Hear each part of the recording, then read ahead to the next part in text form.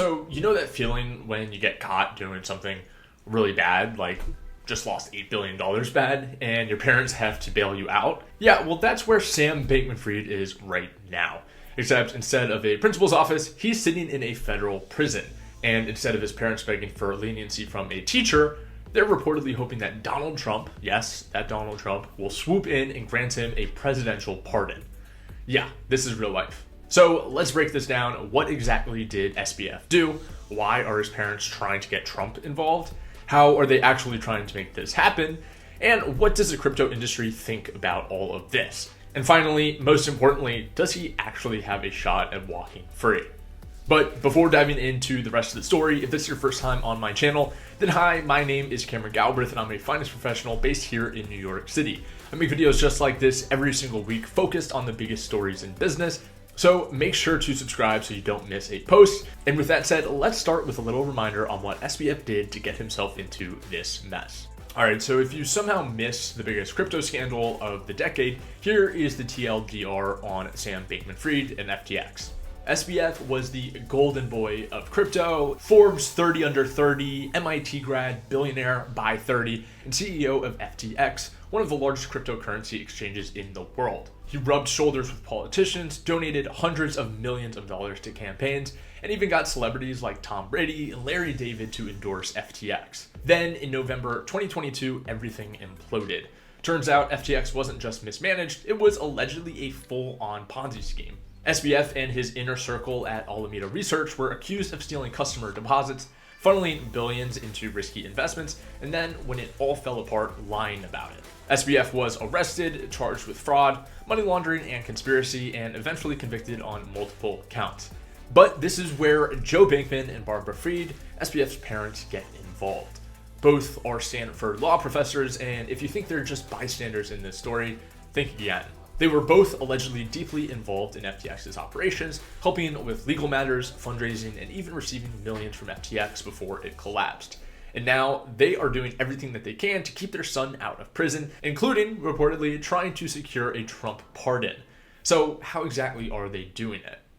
Well, according to multiple reports, they've been meeting with lawyers and individuals connected to Trump, looking for ways to lobby for clemency. The goal, find someone with influence in Trump's inner circle who can convince him to add SBF to the pardon list. So far, there's no confirmation that they've reached out to Trump directly, but given their legal expertise, you can bet they're strategizing behind the scenes. And let's be honest, if there's one person who knows how to navigate legal loopholes and political backchannels, it's two Stanford law professors. But here is the $1 million, or should I say $8 billion question: would Trump actually do it? Okay, let's be real. I know this sounds insane, but could it actually happen? On one hand, Trump loves loyalty, and SBF, not exactly a loyal Trump guy. Most of his political donations over the years were funneled into Democratic campaigns, and he was cozy with regulators who weren't exactly pro-Trump. But with that said, Trump also loves power moves, especially if it comes with big donor money attached. And let's not forget, Trump does have a history of some controversial pardons in the past. So while it certainly is unlikely, it is not impossible. Another important point here is if the crypto world would want to see SBF freed. And the answer is absolutely not. In fact, most of the industry absolutely hates him. Before the collapse of FTX, SBF branded himself as crypto's white knight, the guy trying to legitimize the industry, cozying up to regulators, and even bailing out struggling crypto firms. But after FTX collapsed, it became clear he was just another fraudster, and his actions did massive damage to crypto's reputation. Regulators cracked down hard on crypto after FTX, using it as proof that the industry needed stricter laws. Many investors lost trust, making it harder for legit crypto projects to raise money, and everyday people got burned, reinforcing the idea that crypto is a scam.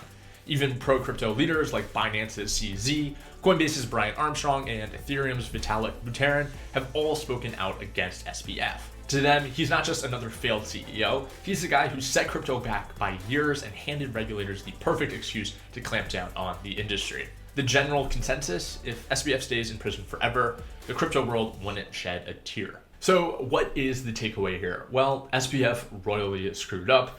We're talking billions of dollars lost, thousands of people financially wrecked, and a prison sentence that could be longer than his entire life expectancy. His parents are in full-on panic mode, reportedly going as far as meeting with Trump-connected lawyers to explore a pardon strategy. And the crypto industry, they do not want him freed. SBF's crimes made the industry look like a joke, handed regulators a golden excuse to crack down, and shattered trust in crypto. Trump pardoning SBF is technically possible, but definitely not likely, especially given SBF's history of funding Democrats. Trump is also widely supported by the crypto industry, and I don't think he would want to hurt that now. At the end of the day, SBF went from being the king of crypto to possibly spending the rest of his life in a cell, and no amount of high-powered lawyer parents or political connections may be able to change that. What do you think? Could SBF actually get out of this, or is this just a desperate Hail Mary from his parents? Let me know in the comments, and don't forget to like and subscribe. Unless you're planning to lose $8 billion in customer funds, then maybe you should stay off the internet. I'll see you in the next one. Peace.